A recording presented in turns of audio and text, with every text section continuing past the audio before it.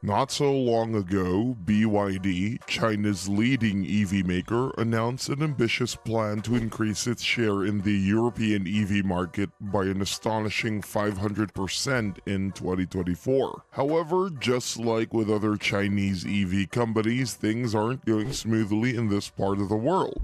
The European Union is figuring out new ways to protect its own companies, and now it looks pretty clear that Chinese companies won't overtake this market so easily. Make sure to stay with us as we present to you 5 reasons why Chinese EVs have flooded Europe and now rot in warehouses unsold. Number 5. 10,000 BYD EVs in European warehouses. Over the last couple of years, BYD was the fastest growing EV maker in the world. Things have been developing so fast that eventually, this Chinese company became the leading EV maker in the world in Q4 of last year, dethroning Tesla from the top position. However, this year didn't start as expected, as its growth is slower than expected, and one of the reasons why is the current slowdown in China, caused by the fact that the Chinese economy is not in the best shape these days. But that's just one part of the problem. The other one is the expansion overseas. Namely, despite the excellent sales numbers, BYD has never been able to establish a position it thinks it deserves in Europe. Last year, the brand's share in the European EV market was around 1%. For 2024, the company announced an ambitious plan to get to 5% of the total EV share on the old continent, which would mean a stunning 500% growth in just 12 months. And considering the way things are currently developing, that's probably not going to happen, because the latest report suggests that there are more than 10,000 BYD EV models stuck in warehouses across Europe, which can't be sold for a couple of reasons. First of all, there are new measures that the European Union is taking to protect its own EV makers, but we also can't neglect the fact that BYD currently has big quality issues with its products, which we'll talk about in a few moments. Number 4. Anti-subsidy investigation.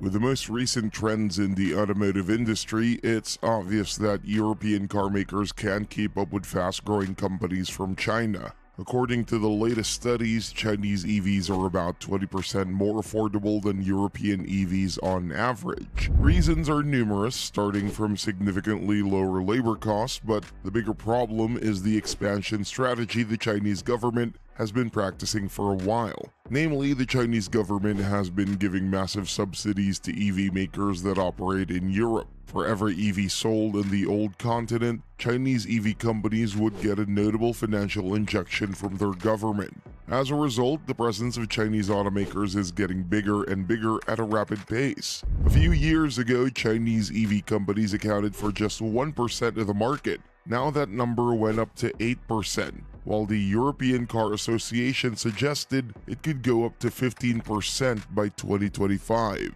Besides Chinese companies, there are Western legacy car makers with their vehicles assembled in China. The trade imbalance is becoming bigger and bigger, and all this forced the European Commission to initiate a so-called anti-subsidy investigation. The goal of this investigation is to fight against Chinese export incentives and ensure that Chinese EV makers have a genuine competitive edge, in contrast to the current artificial one, as many like to call it. The investigation is expected to end by November, and the result should come in higher import duties, as experts suggest. Currently, the EU EV's import duty is 10%, so we may see the percentage jumping notably. For comparison, the US government imposed a 27.5% tariff on Chinese EVs a few years ago that, along with subsidies ensured by the Inflation Reduction Act, made Chinese EV expansion to this part of the globe pretty much impossible.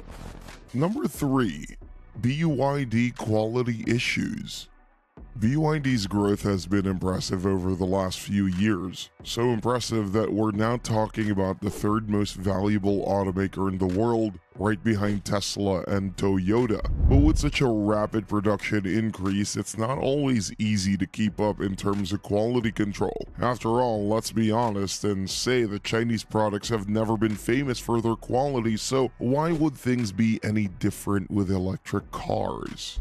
In any case, just like other Chinese automakers, BYD is also facing big quality issues, which is another big reason for the aforementioned 10,000 EVs being stuck in European warehouses. Namely, quality issues have been reported in various parts of the world. In Europe, these issues were primarily due to things like mold, which appeared on BYD EVs even before they were unloaded from transport ships. One of the reasons may be the fact that BYD now has its own car carriers, so it probably lacks experience in overseeing the entire transport process. In Japan, on the other hand, the key problems are scratches, which once again has something to do with bad transportation practices. But quality issues occurred in other markets as well, where BYD cars had enough time to prove their value. During relatively short exploitation, these vehicles started showing major problems in terms of build quality. For example, in Thailand, where Chinese EVs rule the market, we found numerous complaints about peeling paint and plastics. In a completely other part of the world, in Israel, we've got numerous reports about BYD EVs deformed under the weight of roof racks. For one reason or another, BYD and other Chinese car makers can maintain quality control, and if that doesn't change, there's no way that they can make a big success in markets like Europe, as we're talking about the part of the world with probably the most demanding customers when it comes to quality of cars and related products. Number 2. Trouble of Chinese-centered car makers. Once again, we can take BYD as an example. Even though this is currently the world's largest EV maker, the future may not be as bright as it seems. Because despite the impressive sales numbers and growth, this company has a huge problem called over-reliance on the domestic market. 95% of its sales are in China.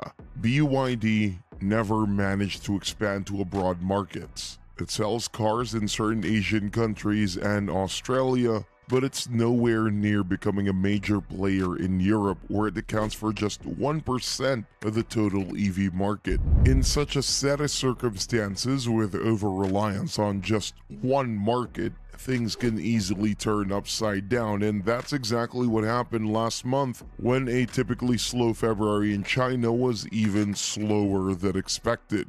It wasn't just about the Chinese New Year slowdown and lower sales numbers compared to January. We also saw a massive 31% slowdown compared to February 2023. Simply said, the Chinese economy is stumbling at the moment, and that is reflected in many areas, including the automotive market, which is a couple of million vehicles below compared to its peak in 2017, when over 24 million new cars were sold. Car makers like BYD are desperately looking for new markets to expand, and with the latest ramp in Europe, things could get complicated. The same is true with other Chinese EV makers, and if we look a bit closer, Chinese legacy car makers are actually the ones with the best chances to grow. We're talking about companies like MG and Geely, companies that already established decent positions in many parts of the world thanks to models powered by internal combustion engines. Number 1. European car makers are ready to cut production costs. The biggest fear European car makers have when we talk about Chinese expansion is that they won't be able to compete in terms of pricing. As mentioned, Chinese EVs are significantly cheaper than European EVs at the moment, so playing on the quality card, which is obvious on the European side, may not be enough in times of high inflation and limited financial power of EU citizens, but things could change pretty soon because legacy car makers have finally taken this battle seriously and are now working out different methods of cutting production costs. Companies like Renault and Stellantis are already pushing very hard to cut production costs with various strategies. Luca De Meo, Renault CEO, published the 2023 result and then stated that reducing production costs will be easier with smaller cars because that gives opportunity to cut the size of the battery pack. To remind you, battery typically makes up around 40% of an EV's cost. On the other hand, Stellantis CEO Carlos Tavares pointed out that the prices of rare earth elements and other raw materials have dropped significantly, and it'll most likely continue in the same way, which will inevitably lead to further production cost lowering. Ford, on the other hand, may not be a European car maker, but its presence in this market spans decades, with plants as well as design and research centers in several locations across the old continent. And according to CEO Jim Farley, the Blue Oval Company has already started a team to make lower-cost EVs that can compete with Chinese automakers. He also stated that maybe Ford should do this with another OEM, suggesting that joint forces are also one of the ways to compete with companies like BYD and lower production costs. Other European car makers are also working on their cost reduction strategies, and with the recent actions taken by EU authorities, it looks like Chinese companies will hardly find their way to this market and that domestic legacy car makers will eventually prevail. Thanks for watching and see you next time.